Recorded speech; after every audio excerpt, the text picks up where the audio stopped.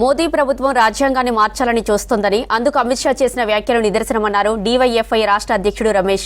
వెంటనే అమిత్ షాను మంత్రి పదవి నుంచి బర్తరఫ్ చేయాలని డిమాండ్ చేశారు.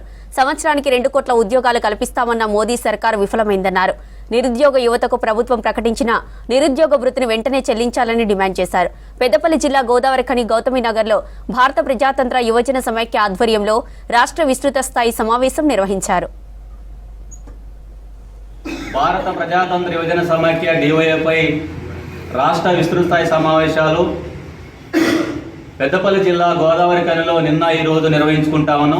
ఈ సమావేశాల్లో డివైఎఫ్ఐ ఈ రాష్ట్రంలో చేపట్టబోయే కార్యక్రమాలను చర్చించాం.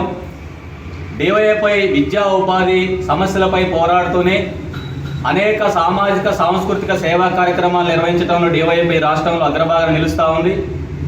అందులో భాగంగా రేపు రానున్న కాలంలో కూడా భవిష్యత్తులో తెలంగాణ వ్యాప్తంగా మరిన్ని విద్యా ఉపాధి సమస్యలపైన సామాజిక సేవా కార్యక్రమాలు నిర్వహించాలని చెప్పేసి నిర్ణయించుకోవడం జరిగింది.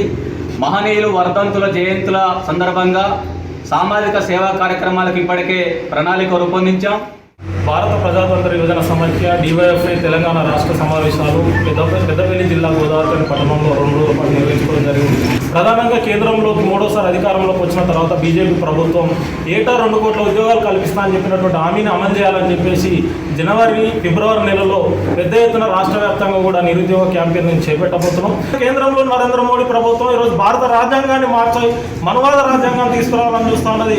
అందుకు అమిత్ షా గారు మాట్లాడినటువంటి మాటలే నిదర్శనం. కాబట్టి ఆ కేంద్ర హోంమంత్రి డాక్టర్ బిఆర్ అంబేద్కర్ను అవమానపరుస్తూ నిండు పార్లమెంట్లో మాట్లాడడం జరిగింది. వెంటనే కేంద్ర మంత్రివర్గం నుంచి అమిత్ షాని బర్తరఫ్ చేయాలి. దేశ ప్రజలందరూ కూడా అమిత్ షా బహిరంగ క్షమాపణ చెప్పాలని చెప్పేసి డివైఎఫ్ఐగా డిమాండ్ చేస్తాం.